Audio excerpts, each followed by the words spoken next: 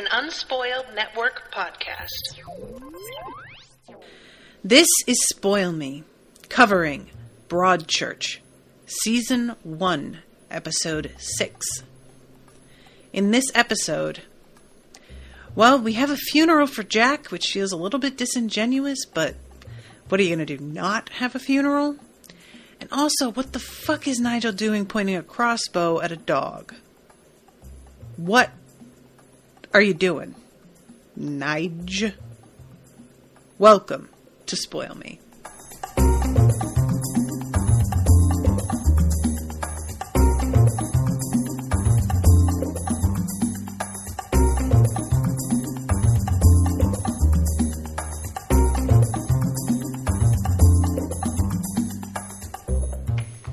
Welcome to the show, everyone. I am Natasha. Thank you very much to Jesse for commissioning this episode. Jesse is in the chat. Hi, Jesse.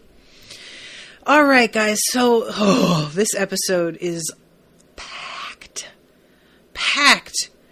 This show tends to be pretty patient and lets things spool out in their own time.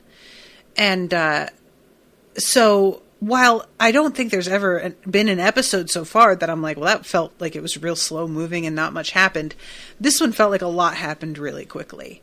And because so much of it we haven't got answers on yet, it feels especially sort of like, I can't wait to watch the next one. I can't believe the next episode is penultimate for the season.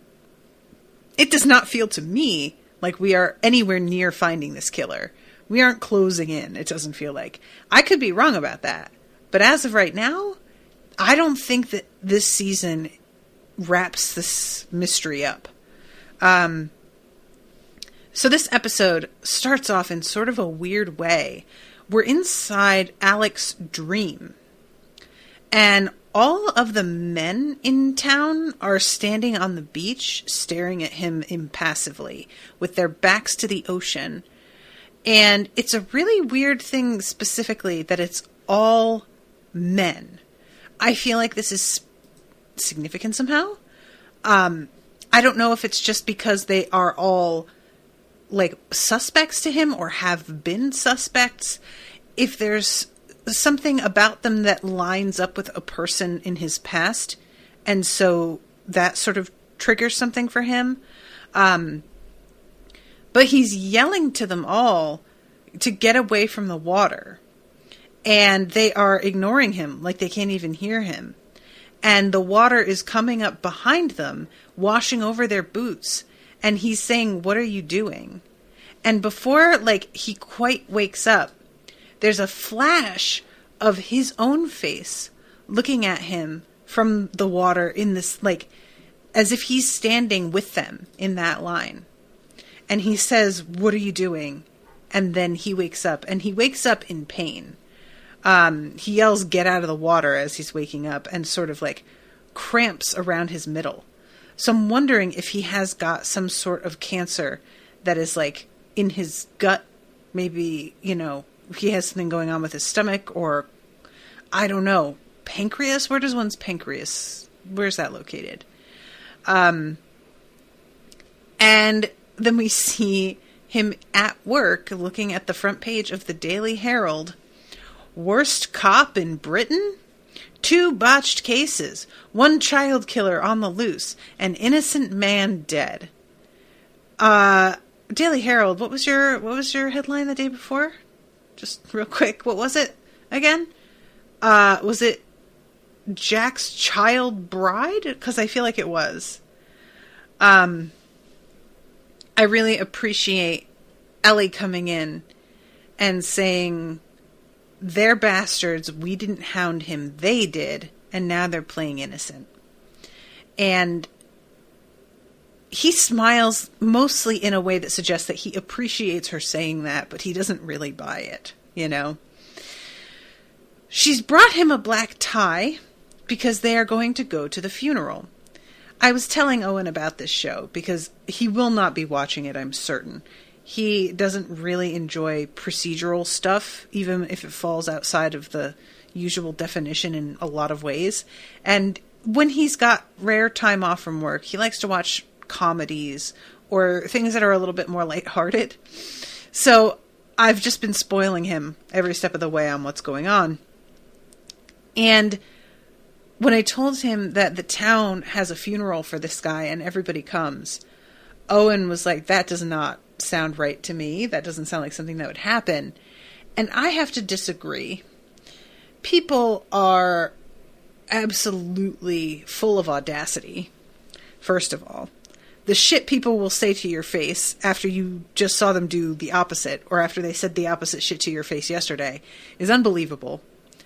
And people love to use different, methods to assuage their guilt that don't actually have anything to do with making things right.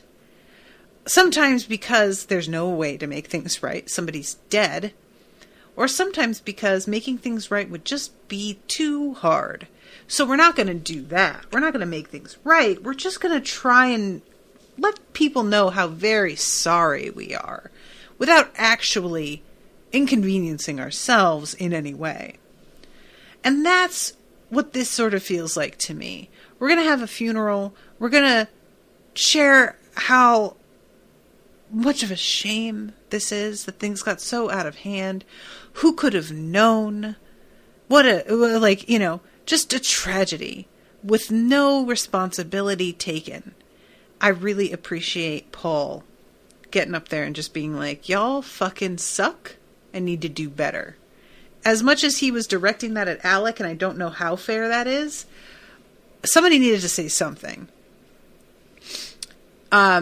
Anyway, so backing up, so Alec is talking to Ellie still, and this is when he tells her the chief super is pulling back resources and cutting their budget by a great deal because they've reached a ceiling, and it's been over a week. I don't remember exactly how long it's been. 2 weeks? But he says when a case drags on like this, they lose confidence and they don't want to keep investing because they don't think that we're going to find them. And the focus is going to have to be on the only real physical evidence that they have, which is the boat and the hairs that were found on the boat, the DNA evidence. But this is obviously sort of a repeat of what he has gone through once before. And so having this fucking headline about how he's like the worst cop in Britain as he's being told that their resources are being scaled back, that has got to be a real 1-2 punch that he did not need right now. So, yeah, I'm the worst cop in Britain. Think they're right? And she says, yeah, I'll get you a t-shirt with it on. It's the first, moment since when she was telling him about this guy, Dirty Brian, hitting on her, that they've seemed to have a nice rapport a little bit, And this episode, it sort of continues without another interruption because I felt like they were just getting on the right foot. Then she asked about Sandbrook is the name of the place, right? And he clammed up again. But this episode, they don't really run into that sort of, tension by the end of it. And I was really glad. It feels like we're making some progress here. So everybody heads to the funeral. And before they go out, we have Beth and Mark talking. And Mark is talking about going back to work. Now, I haven't really said much because it hasn't been necessary, but I gotta say something here. Because Mark's, dressing up, he's putting on a tie, and he's in a suit. This man is so fine. Lord of mercy. Those eyebrows, I don't know what it is about the eyebrows, but they really it's like 40% of his appeal, in my opinion. And the hair is so just tousled enough. He really just has this appeal. And I can understand Becca going for him, and, that is not to say that Beth is not very attractive also, but, or that she's less attractive than Becca, but just, a guy that's got 2 kids, who is at the stage of life where he's being a responsible dude. They often begin to show their edges. I mean, we all, as we age, that just happens. And Mark just has something very youthful about him. Of course, Beth does too, because they're both really like slender and feel very teenagery in their figure. And that might be what it is. But he's just got this face that's like just brooding enough without it feeling like you're going to be a chore, he's good looking. Anyway, so yeah, he's talking about how he's thinking about going back to work. And I really like the fact that him and Beth are able to sort of have a conversation here, and there's no animosity to it, because this feels real about what couples are like. They're dealing with the fact that he cheated, and it's not like she's over it, but they're able to set that aside when they have to. And basically what it comes down to is that they need money. He needs to keep busy. And she admits, like, really, she just hasn't thought it through that he would need to do this. But it makes sense, and yeah, he probably should. Also, he's concerned about Nigel carrying everything all by himself. As they're talking, Chloe comes down the stairs, and she's literally in jeans and a t-shirt and a hoodie. And they have to tell her to go back upstairs, and she's just like, ugh, I didn't even like him. And I'm like, girl, we know you didn't like him. You were like half the reason that one article got published was because you decided to put him front and center and blame him. I'm not mad at you for like thinking what you thought, but you chose to take it to another level because you didn't trust the police to fucking know what they were doing. And, like, she's a kid. So I'm trying not to be too mad at her. And I'm also trying not to be mad at people who don't trust that the police know what they're doing, because oftentimes they fucking don't. But also, girl, shut the fuck up and go put on black and just shut up. Like, part of me wants to think this is her acting out because she feels a little guilty. But I feel like that's giving her credit she doesn't necessarily deserve. I'm not sure she does feel guilty, I would like for her to feel guilty, but I'm just not sure it's there. So then we have the scene with Karen and, what is his name? Oliver, right? And it's very awkward because obviously her articles and the people that she works for had a great deal to do with Jack deciding to commit suicide. And as it turns out, she basically fucking skipped town. The two of them had sex. She bounced when she saw what had happened because she didn't want to be around to like cope with it. And then she never answered any of his texts or calls or anything. And I love what he says. I called and texted, email, also Skyped. And it was very tacky that you just never replied to anything. And I really appreciated him just being straightforward with her here. It feels adult. I wasn't really sure what to expect of him in that regard because he can feel a little bit young. And she says that she was embarrassed after they found Jack Marshall. I couldn't stand being here and being part of the frenzy, so I ran and hid with a mate in Wales for 4 days. It wasn't our fault, Ollie. And he says, let's just keep telling ourselves that. I really think that she knows it's their fault and is only saying that it wasn't. And it's really easy, in the end, he did choose to take his own life. So I never want to be like, so-and-so is totally responsible for a suicide. But there are certain things that were you to have handled that differently, this person wouldn't have felt as hopeless and beyond the point of being able to live a normal life again if you hadn't done such and such. So while a person in the end is responsible for their own choice to take their own life, you can't pretend there's not factors involved in that. And you were a major fucking factor. And Also, on the other hand, her job decided to completely rewrite her article and make it sound like she said and wrote shit that she never said or wrote. So, you know, but I think that she's trying to tell herself that it's more about that than the fact that they decided to just take this information and run with it without having all of it.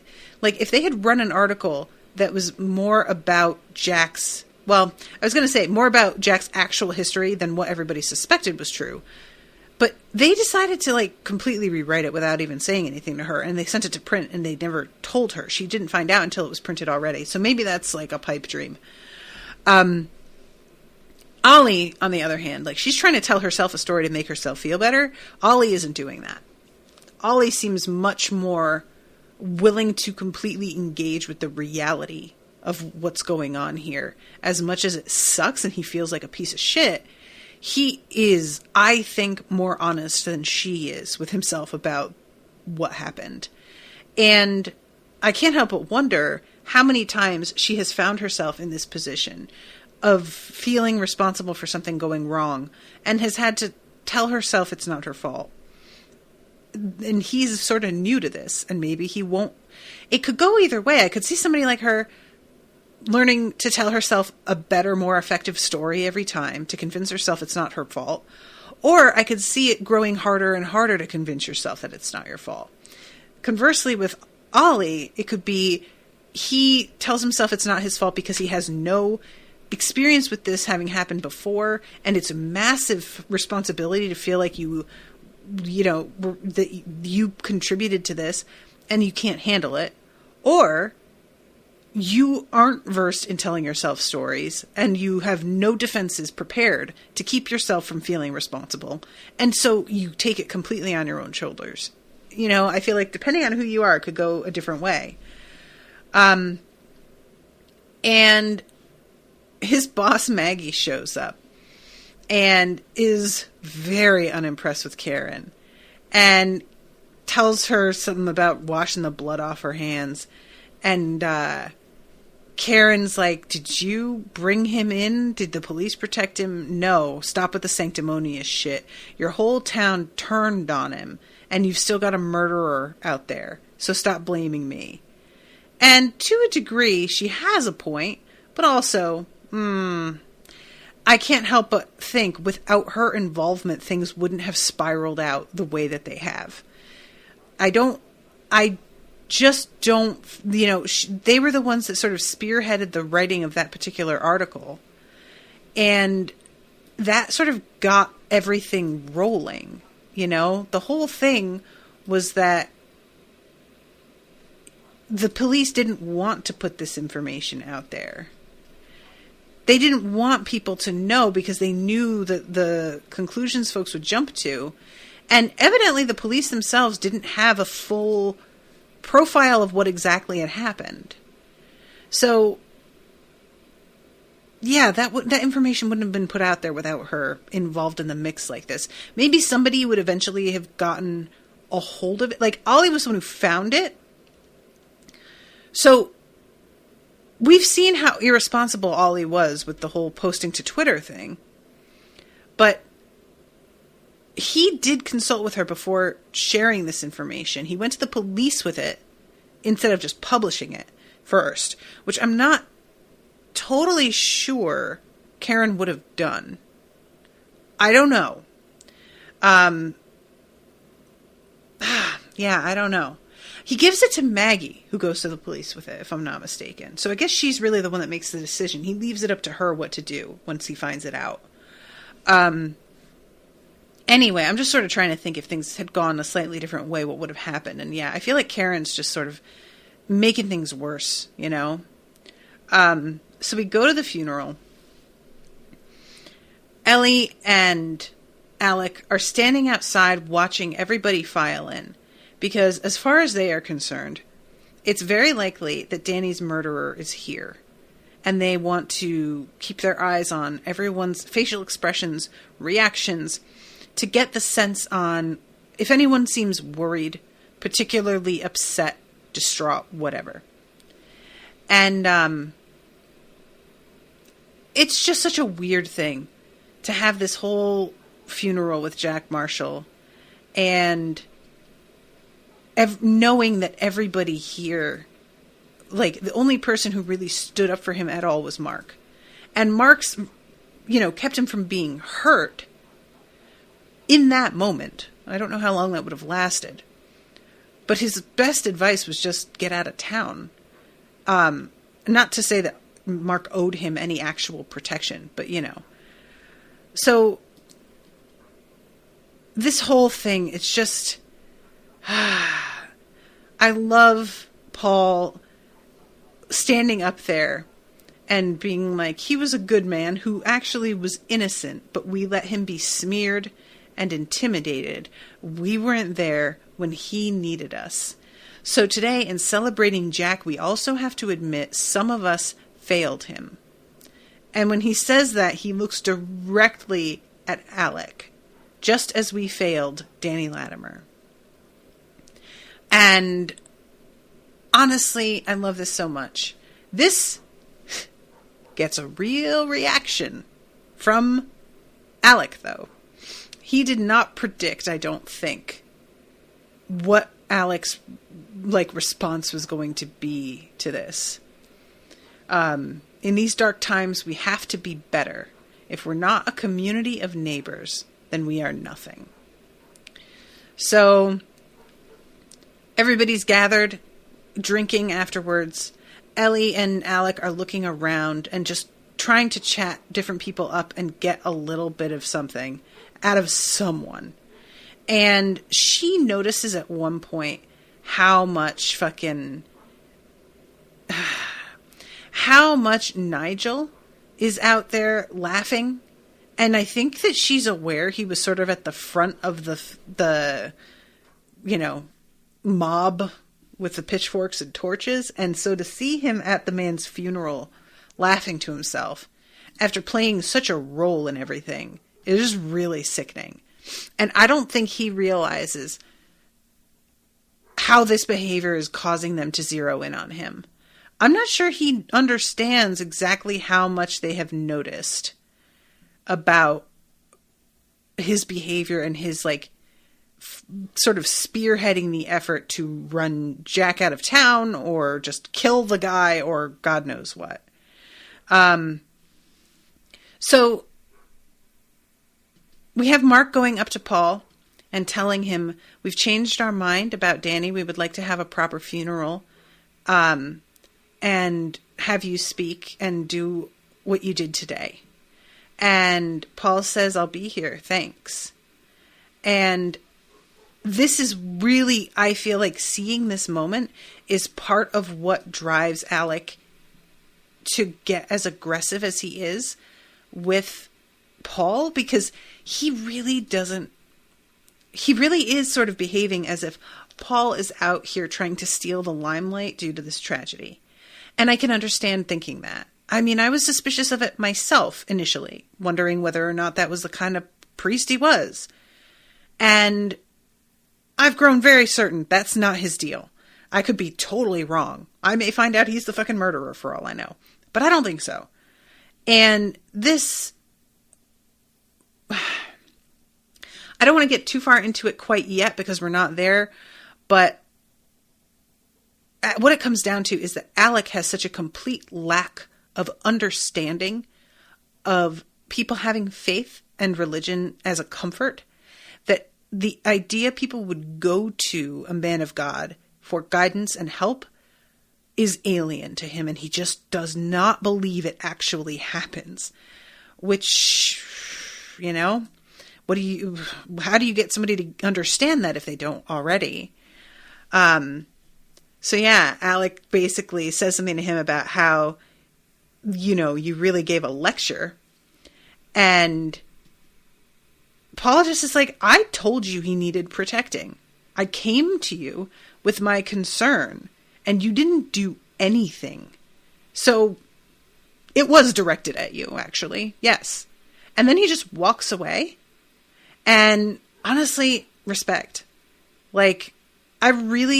Paul has really got some fucking backbone, man, in the ways that matter, there are a lot of people in his position who would just try and be likable and keep the peace, and he isn't as concerned with that as he is about taking a stand for the right thing. And that's not an easy place to be when you're in such a small community. That can be very isolating. And he seems to know and be okay with that. You know, this feeling of generally like, all right, then I'll be by myself and I'll be isolated. It hasn't happened yet, but, so we have a moment where Alec, stumbles. He's like clearly having an issue, and they think that he's drank a little bit too much, but we know there's something going on with him, and it seems to be getting worse. Becca notices this because, you know, this is her place that they're having this gathering in her hotel. But like everybody seems to go with the story that he drank too much, and it seems to be overlooked sort of. We have Karen telling Beth that she isn't going to report on this anymore because, you know, due to what's happened, she just, without the killer being caught, there's just not much more to say, and who knows what kind of damage they could do to the case. And Beth asks her if she can put her in contact with the family members of the Sandbrook victim, who was apparently like a young girl who was killed. I'm just going to talk about that all right now. That is one of the most brutal scenes of this entire series so far. Beth goes to speak to this woman whose daughter was murdered. The killer was not caught. And this woman obviously holds a lot of bitterness towards Alex specifically. Feels that he personally was responsible for fucking the case up and that he can't be trusted. And on top of all of this, when Beth asks, how do you like get from day to day? The best advice this woman can give her is, I drink. I sleep. I take sleeping pills. Basically, Beth came to her for advice on how to cope and did not get anything because sometimes there's no advice to be given. And this feels very real to me. I am lucky enough that nobody that I know personally has lost a family member in this kind of violent way. But I can only imagine what it's like for not only you to lose a child, but then for there to be no justice in the end. There's no closure to it. And everyone moves on and forgets. That's the most insulting part. It initially happens. Everybody's like wanting to find out what, you know, give me the details. I want to help. Let's go investigate. And then time drags on and that person remains fucking dead and gone. And your life has a hole in it. And everybody else has lost interest. Oh my God. I mean, just kill me. That's a nightmare. I just can't imagine. It's literally, they have lost interest. That's what happens with the case with the police. That's what happens with the media. That's what happens with people in your life. The only people who are as invested as you are other family who you have chewed over the fucking same details over and over with, and they don't want to hear it anymore. And you're tired of talking about the same things over and over, but you also can't stop thinking and talking about them. Like, oh God, I would be completely wrecked. And Beth's face when this woman says, I drink, the expression on her, she almost like gasps. Like, it's such a shock to hear that after all this time, this woman has not figured anything out. She doesn't have any answers. You know, she says, minute to minute, what should I do? I worked for a little bit, but I got these terrible headaches.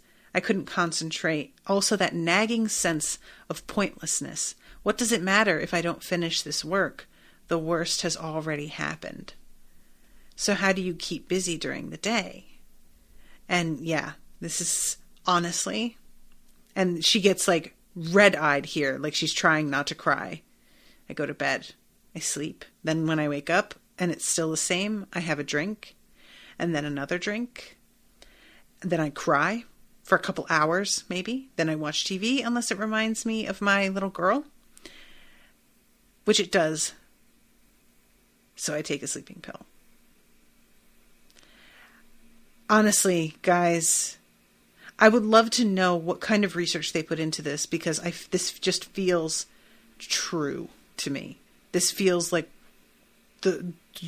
what somebody being interviewed would say their day was like if they were being brutally honest. I don't know how you get past that kind of thing. I am huge on closure, personally. I love tidiness in life, and that applies to even like, sort of philosophically, which, let me tell you, doesn't work out most of the time, but I still like it. And not having closure on something like that and needing to just continue living, even though it doesn't feel like there's a reason to do all of these things. You had been working towards creating a future for your child, and they're just gone, and you're still here. And it's just like, well, then why am I doing any of this? Like, yeah, it's just awful. Jesse says, it felt like Beth was almost excited to possibly get some kind of answers or help. Yeah, exactly. She came here thinking she went through this.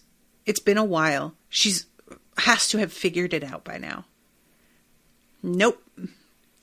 And that's the thing about grief in general, is like, people talk about how grief will fade over time or lessen or go away. And grief doesn't actually do that. Grief just kind of gets absorbed and becomes part of you instead of an external thing. It's like you lose a limb, and you don't just somehow learn how to do everything again without that limb like you were doing before. You have to compensate for the lack of limb and figure out how to do everything despite the fact that that is gone. Despite. Always despite. It's never an okay, exactly. It's, you've learned that you can live with it not being okay. And you just, like, that's what it is now.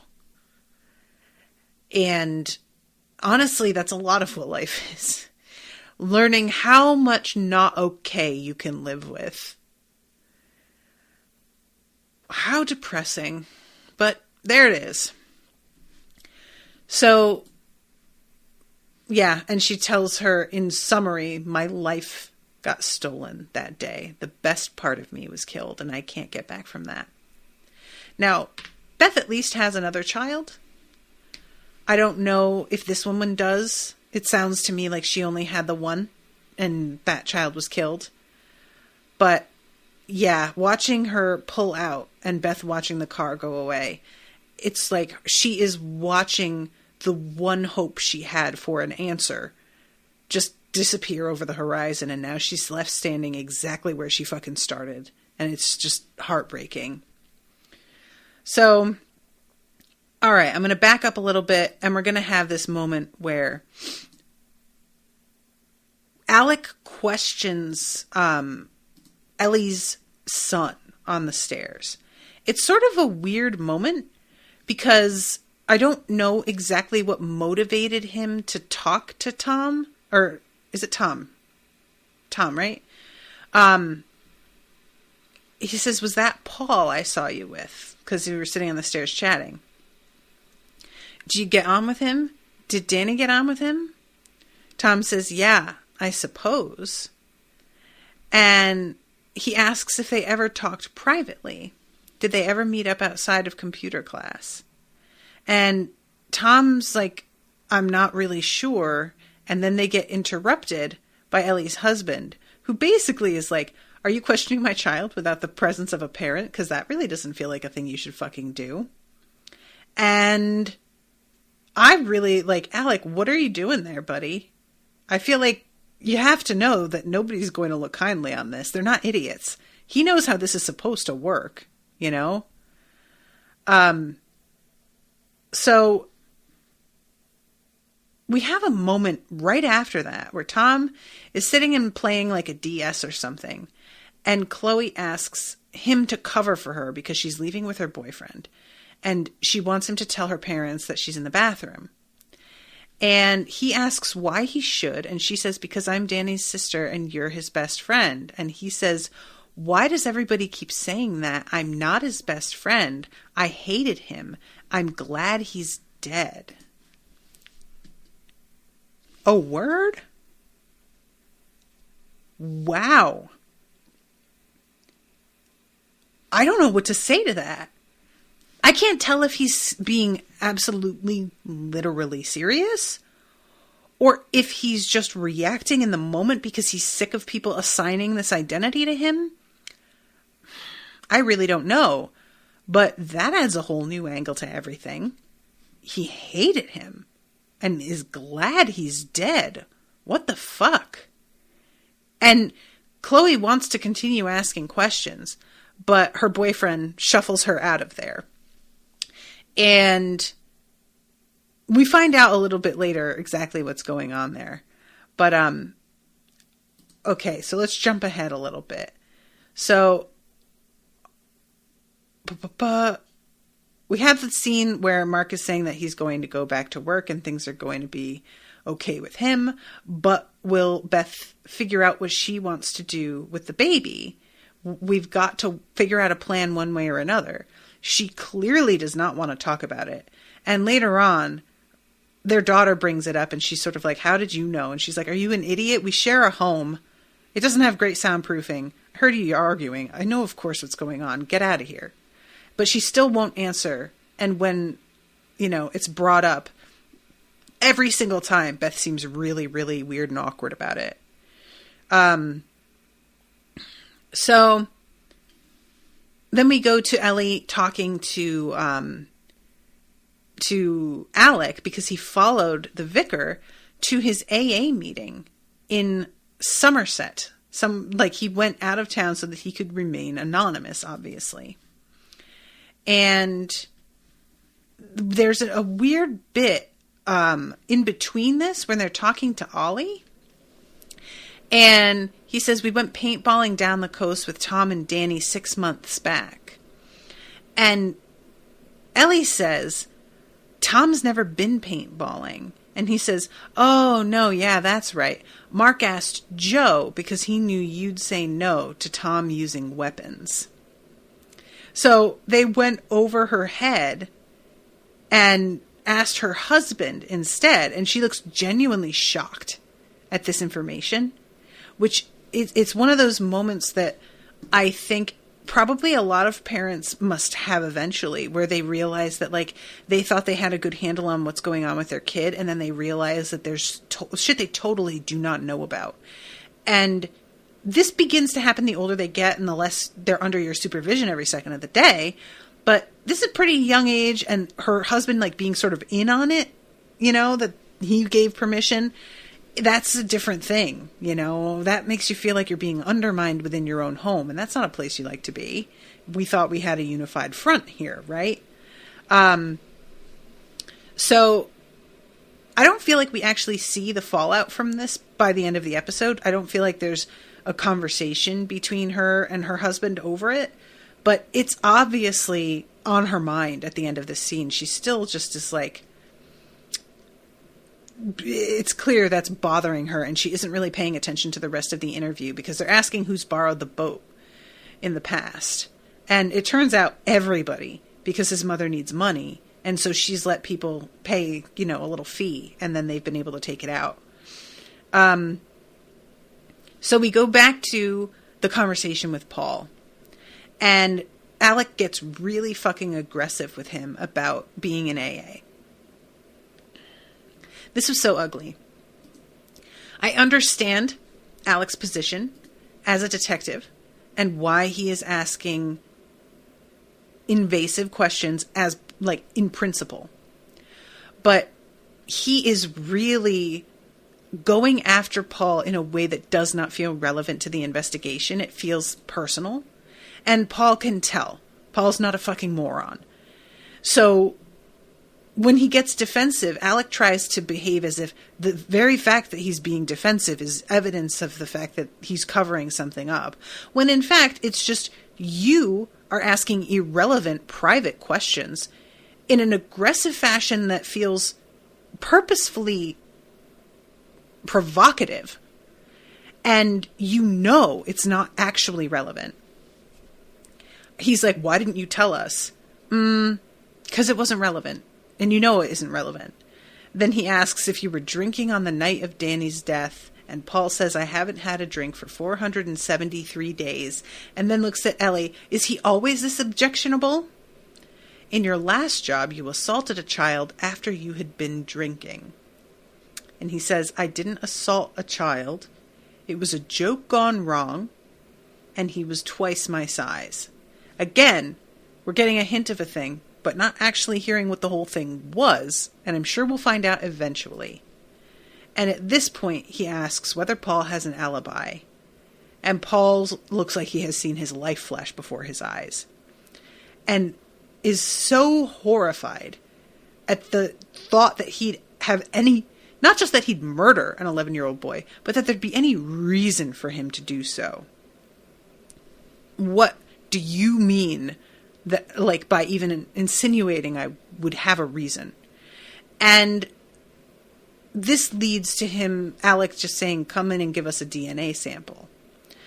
Which he does, because he knows that there is nothing, like, he had nothing to do with it. But, of course, Alec uses this as another opportunity to try and poke and prod at him. So religion took the place of alcohol, swapped one addiction for another. And, I mean, you know, that happens. Especially with AA, which can be very, like, Christianity-based. And Alec asks, what have you got against me? Or, no, Paul does. And Alec says, you worry me. You were so eager to get in front of the camera as soon as this all kicked off, like you wanted to own it and claim it for the church. You were around the Latimers like a fly around shit. I watch this happen every time. A terrible event, and the church piles in gleefully because suddenly people are paying you attention, when for the rest of the year, you're just that building nobody goes in. And Paul is just, like, really gets to the heart of the matter, which is, you don't understand how faith works, do you? I didn't have to turn to anybody. They needed someone, and I was here for them because you weren't able to offer them anything. They had a fear, and you weren't able to give them any comfort, any assurances that you would find somebody. All you do is point fingers, throw blame around, cast suspicion on everybody, and, like, that's your job. But this is my job. And fuck you. And it's the best. He's just so good in this scene. And I really like the fact, as he's saying all of this, Alec doesn't respond. He just crosses his arms and sort of stares at him in a way that, in my opinion, indicates he knows Paul is fucking right. I think he realizes he has just been read for filth. And also, I think that there's something about the way that Paul speaks to him here that proves to whatever, like, lizard part of his brain he uses to suss people out, Paul's not his guy. And that might be the wrong thing, but I really, the whole way that he behaves, he is so impassioned and sincere. And I think that's really the thing that rings true here, that feels like it comes across. he is sincere and genuine in this moment. And I think that rings like a bell and fills the room, and that Alec can tell. And there's not much that you can say to somebody who genuinely turns out to believe what they're preaching to people, that's actually attempting to practice it. When you're not used to people being genuine, it can be a shock when it happens and turns up out of nowhere. You know, Alec can be such an asshole, but I also have to remember how much garbage he's seen in his career and why he would feel as suspicious of everyone as he does. It's you have to be reminded sometimes when you get to that level of cynical that there are people out there who are trying their best, and that is all they're doing. They are genuinely trying their best. So there's a moment later where Maggie is, she interrupts Oliver's plans to go home and keeps him at the office with her, obviously, because she's nervous about being here by herself. And I really appreciated this acknowledgement that she's going to keep working on what she's working on. But she's not stupid, and she knows that woman is probably actually going to continue to harass her if she does continue down the road that she had been. And this winds up circling back around a bit later. I'm going to have to speed up my coverage because I only have 15 minutes left. So Alec opens his wallet to give Ellie some money to buy a round at the pub because it's somebody's last day. We see the photo of his daughter in his wallet. And it's again, I had said before that I was theorizing maybe she was dead. But he talks to her, he calls and leaves a voicemail for her later, a very long one. So I guess she's not, but they don't seem to have a great, relationship, obviously, because he hasn't talked to her in a while. And yeah, I like this scene because, he's not going to the pub with them. And that's partially, I think, because he's not interested in making friends and socializing. But also, he's, really interested in wrapping this case up. I think he just so much personally is staked on this. He can't consider taking a break right now. And we jump forward to him searching through everybody's desks. Now, I'm not totally sure what he's looking for here exactly. I'm not sure if there's anything in particular, or if he is just feeling like he's at a dead end, and so he decides to rifle through everybody's things to see if any of the leads they have point him in a direction, if a photo jogs something in his mind. I'm not really sure. There's this sort of frustration, but also aimlessness to it that makes me feel like he's just not getting anywhere, but not in a way that's I was looking for something and I can't find it. It's not something specific. It was just, I was hoping for a lightning bolt of inspiration, and I'm not getting it. And this ends with him standing in front of the board with Danny's photo pinned to it. And he has this moment of terrible pain, again, in his gut. And he sinks to the floor and sort of curls up there. And it's almost like he just starts weeping. It's hard to tell whether it's from the pain, the frustration, or a combination, probably the latter. But it is really an affecting scene when you know how hard he tries to keep his stiff upper lip going. He just crumples here because there's nobody here to see it. And I am just dying to know what the fuck is going on with him. I really am. So I'm going to jump ahead a little bit because we have this scene with Tom and Susan. So Susan approaches him on the beach, and it's really, again, she's clearly going after him for some reason in particular. I assume it's because she knows that he was Danny's friend and she wants to do whatever this is with this skateboard, but I don't understand what her game is. So, to summarize, she invites him up to her house and with the dog, and he, really shouldn't, but he agrees to go. And lets him have some cookies and offers to let him play with her dog anytime and walk him whenever. And then she says, I have something that you should see. And opens up her locked cupboard and shows him Danny's skateboard. And says, since you were his friend, I feel like you should have it. And he takes it home, not seeming to understand the gravity of her having it. I have a hard time believing a kid his age wouldn't understand the significance of this, but evidently he doesn't. It's almost like he has been lusting after having this particular skateboard, and so he's just excited to get to have it. But Susan knows who this kid's mother is. She has to be aware he's going to go home with it and show her that she has it. And it's going to she could have just continued to sit on the thing and hide it or burn it, do something, smuggle it out of town. She could easily have taken it, tossed it in her trunk. I don't think anybody would have noticed if she did it real early in the morning, left town and dumped it somewhere.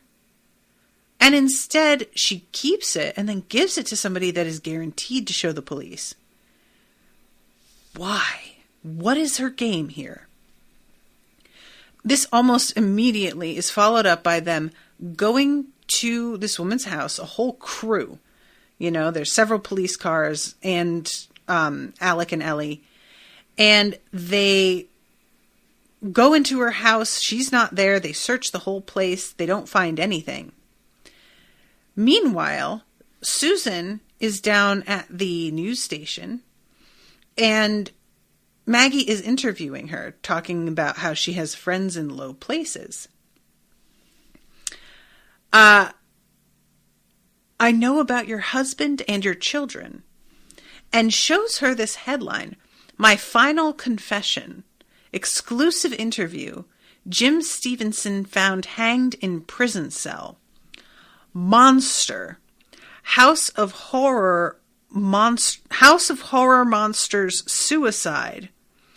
5-page special something. I can't quite make it out. What the fuck happened? What was said but never proved about you? And Susan says, what do you want from me? And Maggie says, you threatened me, and I want you to know that I'm the one who dobbed you into the police. And she turns around, and there stand Alec and Ellie. As this is happening outside, Nige comes up to the dog who is tied to a pole and says, you know me, don't you? Come on. We can't have her leaving you out here. Let's go. Now, this feels extremely purposeful and deliberate. He's after this dog. He is not just trying to provoke her. He spotted a chance to take care of something and he's doing it. So he grabs the dog and hurries off. And when they go outside, she's not upset about being arrested. That is not getting to her. She's stoic. But when she sees that the dog is gone, she freaks the fuck out. This is when she begins struggling against the cops, screaming, just generally has a reaction to the dog being missing that she was not having to the arrest itself, which is puzzling. And the fact that Nigel went after the dog in particular leads me to think the dog is used somehow in whatever scheme they had cooked up and maybe is evidence of something. I don't know how that would work. But she says, I noticed very specifically, she never yells like, I don't remember even what she said the dog's name was, because it's only come up, I think, because Tommy asked. But she doesn't yell like, hey, where's Monty, my dog? Where's Monty? Get me Monty. The way that most of us would about, like, regarding our pets. She says, where's my dog? Where's the dog? Tell me where the dog is. It's much less personal and makes him feel less like a pet and more like an item of hers, a piece of property of hers that's meaningful in a way that's very separate from being a pet. I don't know what that is, and I don't know why killing him is something that Nigel would want to do. But he fucking points the crossbow at this dog with a positively gleeful aspect. It's just, he seems like downright excited to do this, which to me is less about the dog himself. And I think maybe she uses the dog to like smuggle or something, and killing the dog will give him access to whatever it is. I don't know. Sorry, guys. Owen's texting me. I don't know what else other explanation there could be other than pure sadism, because he wants to like fuck with Susan. And if that were his goal, I feel like he could have done this before now. I don't know.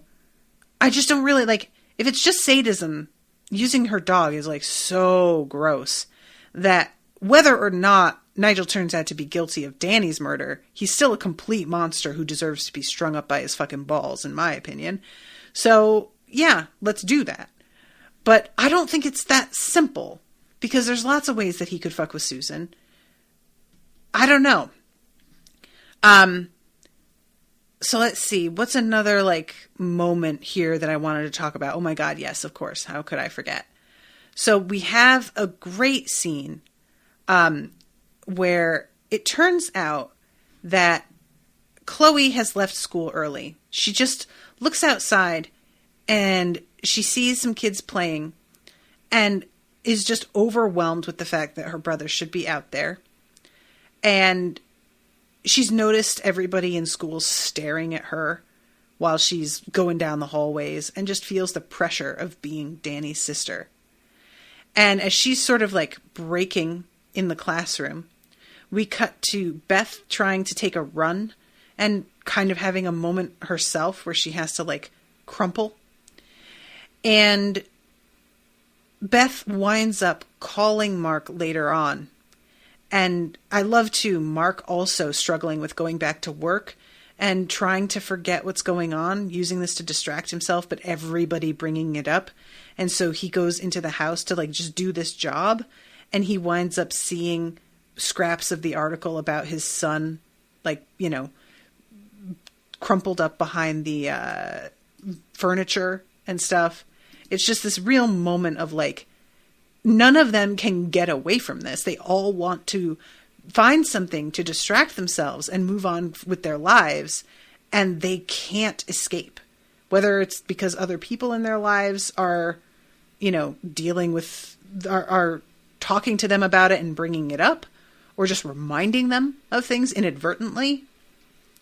But yeah, this, it's just a really nice, like, sequence letting us know what's going on with all of them. So Beth calls Mark freaking out because Chloe didn't come home from school, and it turns out the school was fooled by her into thinking she could only do half days from now until she was ready to come back full time. So they let her leave, and they don't know where she is. And understandably, Beth is absolutely flipping the fuck out. So Mark comes and picks her up, and they go to this farm that her boyfriend is supposed to work at, I guess, or live at. And they go in there, I think, fully expecting to find her, like, in flagrante delicto with this guy. And instead, when they come in, she's got headphones on and is listening to music. And when they ask what she's doing, she says, dancing. And her boyfriend explains that he made her a happy room somewhere she can shut herself away and enjoy herself without feeling guilty. It's the sweetest thing in the entire universe, guys. Honestly, this boy is a good boy. He's just a good boy, and that's all there is fucking to it, okay?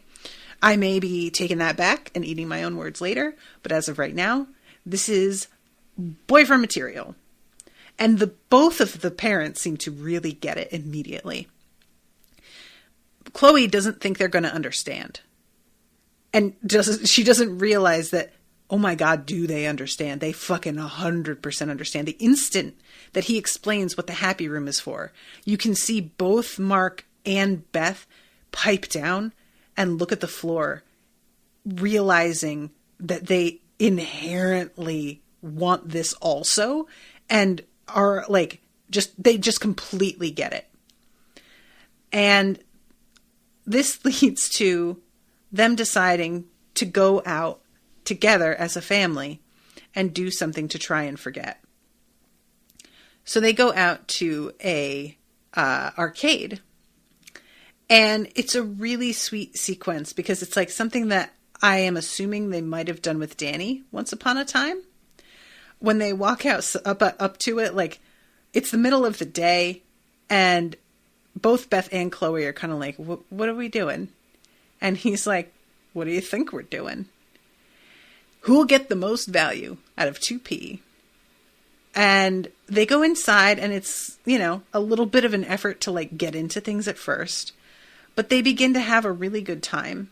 And it's just honestly very sweet, this moment of like showing the bits of happiness that you can grasp onto at different moments, despite everything. And it's not always easy, and it's not always possible. But you can try, and sometimes it'll work. I really loved this. It was just a moment of relief for these people that need it. Trying to have a time that's involving everybody and an escape. I was so worried that this scene was going to be interrupted by somebody bringing up Danny, coming up to them. But I was really relieved that we don't have that. Instead, all of them, like, they go get fish and chips and go sit on the wall and talk about memories, things that, they remember about hanging out with Danny and what went down. It's just really sweet. And oh my God, I forgot about this moment. Beth says, we'll have to bring the baby when it's born. It'll love all the noises and flashing lights. I forgot that it's her that says that. For some reason, I had it in my memory that Chloe says that. But Beth is announcing that she's going to keep the baby. And Mark just looks so quietly pleased. It's really sweet. Guys, this was a very nice, like, hopeful moment. I just really appreciated it. So the questioning of Susan gets nowhere. She won't talk to them until they show her dog or tell her where her dog is. And I love when Alex says, I could do this all day. And she says, not by the looks of you. Girl, honestly, that was a pretty baller line that she had there. And there's also a small bit that I haven't really mentioned. Earlier in the episode, Tommy asks Paul if there's ways to recover stuff from a hard drive, even if it's been deleted. And Paul assures him that there definitely are. And then later on, Paul comes upon Tom outside the church, smashing his laptop to bits with a rock. And that is like the end of that scene is just, we cut away from that. And I'm like, oh my God, what does he say? What is he going to tell him? Like, oh my God. I hated that. So there's been a break-in in the cliff-top hut. Somebody's reported torchlight inside. Ellie tells Alec, and they head right up there. And there is somebody in there who busts past the two of them, goes down into like the shipyard area. And Alec is in no shape to fucking chase this guy. Ellie gets distracted by a call on her phone, which I wondered if it was the person himself. I was thinking that this was Nigel. honestly, but it might not be. I think it is, though. I don't know. But the fact that her phone rings at this moment and distracts her makes me feel like the person running around did that on purpose.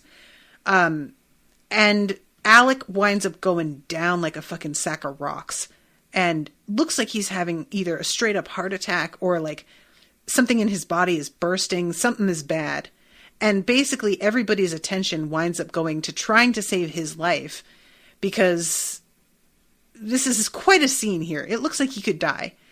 And I don't think he does because I believe he's in future seasons, but it's very frustrating to know that they were like so close to grabbing somebody and him having this attack might have led to their escape. He's going to be so mad. Oh, he'll be impossible to live with. So, oh God, this show is so good, you guys. I'm so excited to watch the next one. And I'm just really like, I don't have any further theories on things from here. You know, I don't know what to think, but we're, still commissioned through episode 3 of season 2. Tuesday, March 2nd is that one. So, just FYI, if you guys want to keep this going, keep an eye on that because I think I'm taking, commissions now into April. So I don't want there to be too much space between episodes if we can help it. I want to be able to remember everybody's names. All right. Thank you again so much for listening. And thank you again to Jesse for commissioning this episode. I really appreciate y'all. I've just been enjoying it a lot. And I just can't imagine what the next season's going to be like. I'm worried about it. All right, guys. I will see you again soon. Let's see when the next episode is. February 16th. 2 weeks from now. Gah. Guys. Tragic. But it's coming. So I will see you again with a new episode. Until then, toodaloo, motherfuckers.